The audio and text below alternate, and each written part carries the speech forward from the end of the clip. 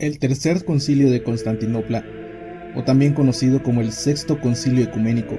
fue convocado en el año 678 por el emperador Constantino Pogonato, con la intención de restaurar la armonía religiosa entre Oriente y Occidente, que había sido perturbada por la controversia del monotelismo, y particularmente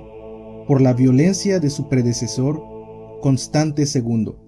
cuyo edicto imperial, conocido como el Tipo, fue una supresión práctica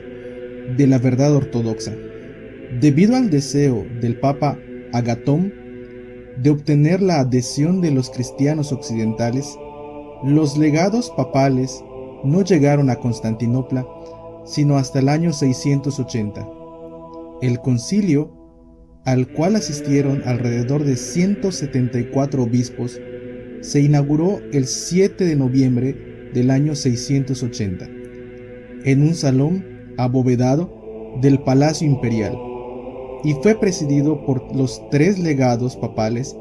quienes trajeron al concilio una larga carta dogmática del Papa Agatón y otra de contenido similar de un sínodo romano en la primavera del año 680, que fueron leídas en la segunda sesión. La mayor parte de las 18 sesiones se dedicó al examen de los pasajes bíblicos y patrísticos que tratan sobre el asunto de una o dos voluntades, una o dos operaciones en Cristo. Jorge, patriarca de Constantinopla, pronto cedió ante la evidencia de la enseñanza ortodoxa de las dos voluntades y dos operaciones en Cristo. Pero Macario de Antioquía, casi el único representante verdadero del monotelismo, desde las 9 proposiciones de Ciro de Alejandría, se resistió hasta el final y finalmente fue anatematizado y depuesto por no consentir al tenor de la fe ortodoxa, es decir, que en cada una de las dos naturalezas, humana y divina, de Cristo hay una operación perfecta y una voluntad perfecta, contra que los monotelistas habían enseñado que hay solo una operación y una voluntad,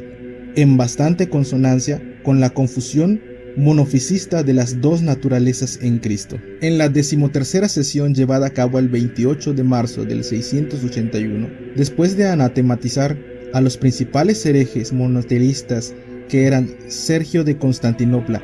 Ciro de Alejandría, Pirro, Pablo y Pedro de Constantinopla y Teodoro de Farán, el concilio añadió: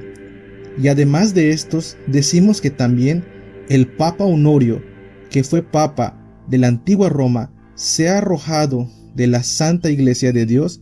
y sea anatematizado con todos ellos, porque hemos encontrado en su carta a Sergio de Constantinopla que siguió la opinión de éste a todas las cosas y confirmó sus malvados dogmas. Una condena similar del Papa Honorio aparece en el decreto dogmático de la sesión final, llevada a cabo el 16 de septiembre del año 681, que fue firmada por los legados y por el emperador. Aquí se hace referencia a la famosa carta de Honorio a Sergio de Constantinopla, cerca del año 634, alrededor de la cual ha surgido tan extensa y controversial literatura relacionada con que el Papa Honorio favoreció la herejía monotelista de Sergio. La carta había sido invocada 3 veces en sesiones anteriores del concilio en cuestión por el obstinado monotelista Macario de Antioquía,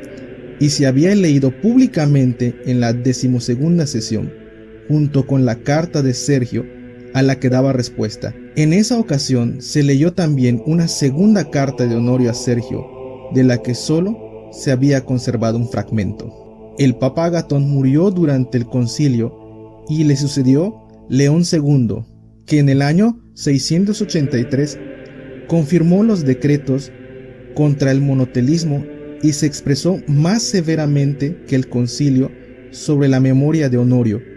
aunque puso énfasis principalmente en la negligencia de aquel papa. Las preguntas a considerar tras el Sexto Concilio Ecuménico son: